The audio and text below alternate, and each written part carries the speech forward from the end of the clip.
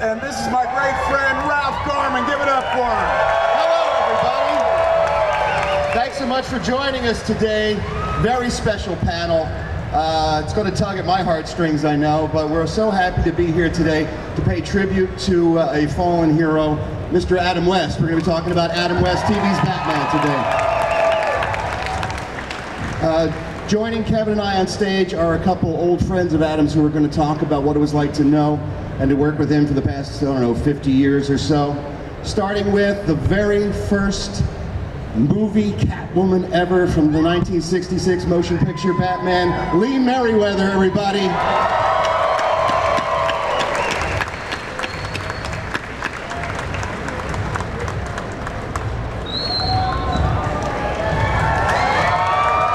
Everybody say hi to Lee.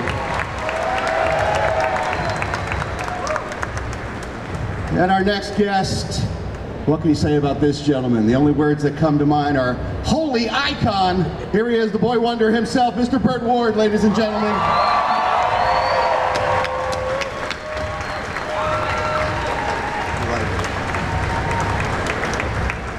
Let's everybody have a seat.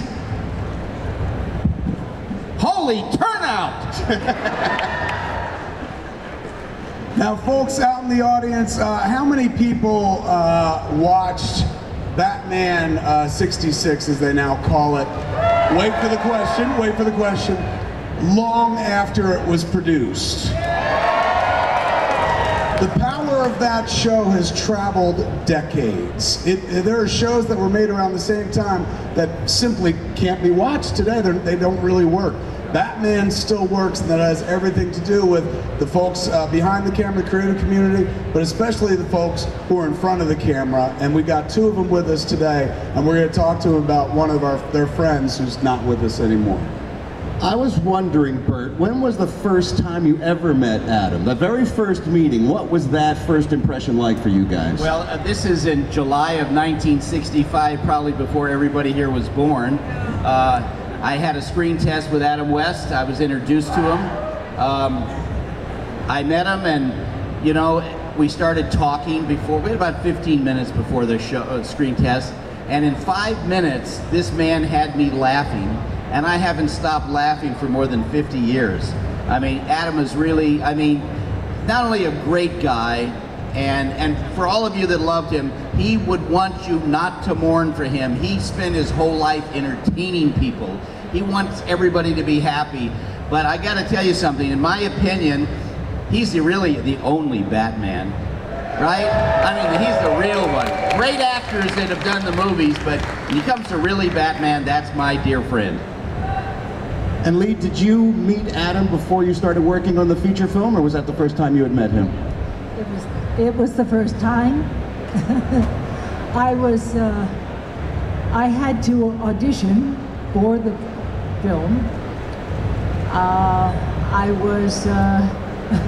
I walked into a room of about, at least 50 gorgeous women sitting, waiting to audition. And I said, oh, this is not going to happen. I won't be able to do this at all.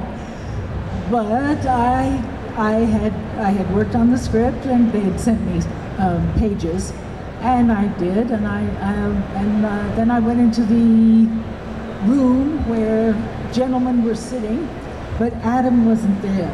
I was hoping that he would be there, and I thought, well, at least just do your thing, and maybe you'll be able to work with him, maybe someday.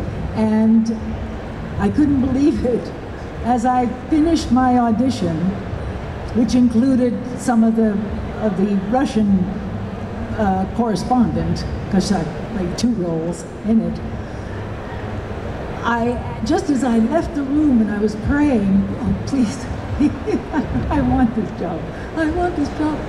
And I heard that someone, and I think it was the director, and I heard him say, you know, I didn't tell her to do any of that, because I had sat in a chair and I did, yes, and I kneaded my lap like a cat, you know, and did it on here. And so Thank heavens, by the time I got home, my agent had left a call, and I thought, oh, okay. And I called him, and he says, "You've got the part. You're going into wardrobe tomorrow." What? Thank God you licked your hands. Yeah. It's a little tip for you other actresses out there. When you audition for something, start licking your body parts. Apparently it's good luck. Now, Burt, you spent so many years, I mean, you guys only worked on the show for what, 3 years? 2.5 years? 3.5. 3.5 years, yes. plus the feature film. And then you guys are bonded together for the remainder of your lives as the dynamic duo, and you do cons like this, and you traveled everywhere together. The friendship that was forged over those years must have been even stronger than working together, I would assume. Absolutely. Well, for Adam and I, not only did we work together during the week, 14-hour days on Batman, but because we were personal friends and our families got along, that even on weekends, occasionally we would go out and play tennis, for example, and people would come to a public court and see us there and kind of look and say, "Oh my God, that's Batman and Robin playing tennis." And we had a lot of fun, and of course we've done lots of personal appearances. I've actually been to more than 7,000 personal appearances and signed more than 8.5 million autographs. And how did you figure that? You just one day did the math on it? You know, yeah, I sort of keep track. Rough, you know, you can only be within a couple of 100,000 here or there. But in any event, we really had a great time, Adam and I, and even this year, earlier this year in Dallas, 80,000 paid attendance to come see us. A few months before, Toronto, 160,000, you know, and I mean, I got to tell you, it is kind of mind-blowing, you know, even like we made an appearance in Las Vegas and we went through a casino and there's an 11.5-foot tall, one-armed bandit Batman with our photos like twice life-size. And they even have now a new pinball game out. I don't know if you've seen it. It shines the bat signal on the ceiling. You know, you play Batman 66 pinball that both Adam and I recorded more than 300 lines that are on the pinball machine. So depending what happens, it's, you know, Batman or Robin speaking. Go ahead. No, I'm sorry. You spent a long time with the guy, and I hate to narrow it down to one, but what's your favorite Adam West memory at this point, after a lifetime together? You know, what made Adam so wonderful, I mean, so many people ask me, for example, well, you know, I see his persona on television, but what was he really like when he wasn't on television? And I can tell each and every one of you unequivocally that my dear friend Adam West was exactly the same off camera as he was on camera. He thought of himself bigger than life. I mean, he once told me that he really understood what it was like to play Batman after watching Charlton Heston play Moses and part the Red Sea. Adam had a great sense of humor, and he would, you know, I got to be friends with him for the last 15 years or so, working on Family Guy and spending time together. He enjoyed laughing and making people laugh more than anybody I knew, and he always loved to break you up with a joke. And I was wondering, when you were working together, was it hard to keep a straight face sometimes? Because I'm sure he was probably having fun with you guys on set as well. Well, it wasn't so much the straight face, is that Adam had a, you know, our show, I think what made Batman successful, and you guys are the fans, you would be able to tell even better than me, but we used to play with our audience. We used to say that we put on our tights to put on the world. And our scripts were written very straight for kids. We played it straight. I mean, and yet for the adults there was lots of double meanings and double insinuations and all this suggestiveness. So rather than crack us up in something funny like a comic would do, what made everybody's eyebrows raise is with his very suggestive things that he would say to people. I mean, we would go out and make appearances, and maybe some a young lady would come up and she was very cute, and he'd say to her, "Would you like to touch my bat?"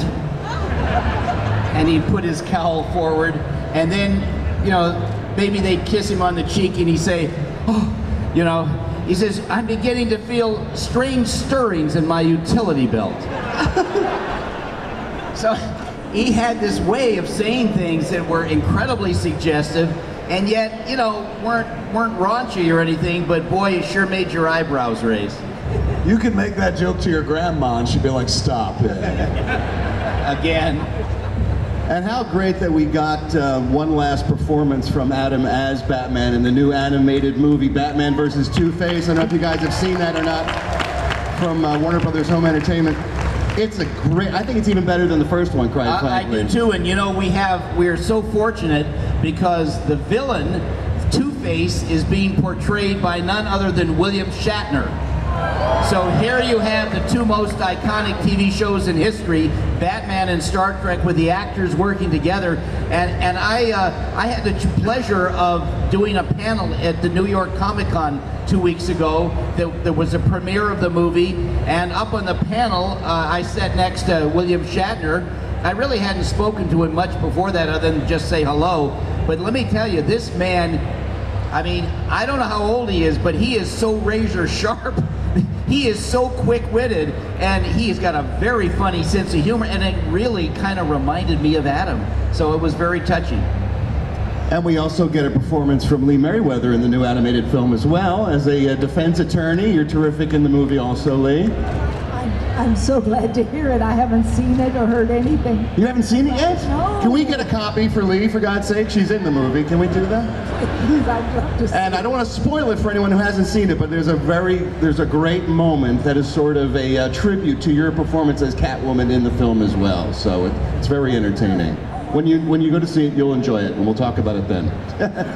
I want to take this moment, though, to shout out Burt and, of course, the late, great Adam, because my morality came from watching that show. I was a little boy when I started watching, about 4 or 5, and it was in reruns, of course. I'd watch it on black and white TV with rabbit ears and tinfoil on it. And every day they'd run 2 episodes back to back, usually the first part and then the second part of the adventure. Sometimes they split them over days as well. And even though I'd seen every episode, I was like, no, will the giant crab eat him? Like, I knew it wasn't gonna happen, but still. So I went to church. I was a Catholic school kid. I was an altar boy and stuff like that. But my morality didn't come from Jesus and the Bible. It came from watching you and Adam West. You guys taught me it was better to be good than to be bad. If you could help, do it. Like, and it was a world, nice. 2 characters that had all the means at their disposal to just like wrap themselves up in their own world and not deal with others. But instead, we're always like, how can we help Commissioner?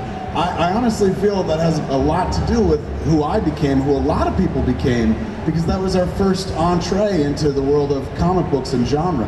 That was my first Batman. Adam West and you were my first Batman and Robin, and I've loved all the incarnations of the characters, but you never forget your first. You guys kind of made me the person I am today, so thank you for that. Doesn't that show you that he has excellent taste? Yes. And also, as we grew up as kids watching it, it also was, I think, the shining example of what friendship was. If you had a best friend when you were a kid, you guys were playing Batman and Robin together, because that was the ultimate level of friendship you could achieve, was those 2 guys hanging out. And then as you got older, I think the reason the show still works so well, in the feature film as well, is because you appreciate it on one level as a kid, and then as you get older, all new layers start to open up to you, so it grows up with you as you do. You get to appreciate it for many, many years. I would have to, you know, listen, I tell you, I love it when to go out, because people say sometimes, well, gee, you know, you go make these appearances, so many people, doesn't it wear you down? I say no, because, you know, you meet people that come up, and the kids that watched Batman when it came out are now the adults that have their own kids. And what for me is really entertaining is when people come up, and maybe it's a family and mom and dad and the 2 kids, and the dad will, for that moment that we're right in front of each other, all of a sudden he'll start talking like he was when he was a kid. And I got to play Robin, and my brother played Batman, and we put our bath towels around our necks with our clothespins, and we jumped off the couch, and their kids are looking at him like, Dad? Dad? And then the mother will say something like, oh, and I was in love with Robin. And they, Mom, come on, you know. And it really, it just shows you how amazing life can be for all of us, because all of us are like, I don't care how old you are, you can be a kid of all ages. You know, I don't want to grow up. And the thing about Adam, I think that he appreciated, was that to be a performer and to be part of a project that will last forever. I mean, let's face it, it's over 50 years now, and the love for this show and for the movie has not diminished. To be a performer and to get one role like that in a lifetime that you can make people happy with and entertain with for decades after it's done, it's a pretty unique experience. Not a lot of performers get to do that. It is, and you know, we are asked questions like, well, what about typecasting and stuff like that? And the way I like to describe it is this.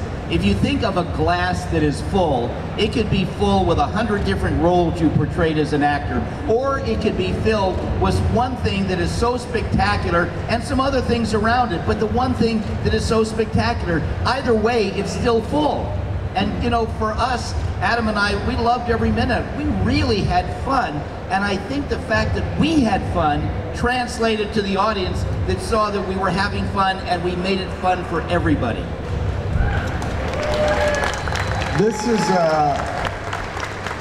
This is definitely a fan question that I've had since I was 5 years old.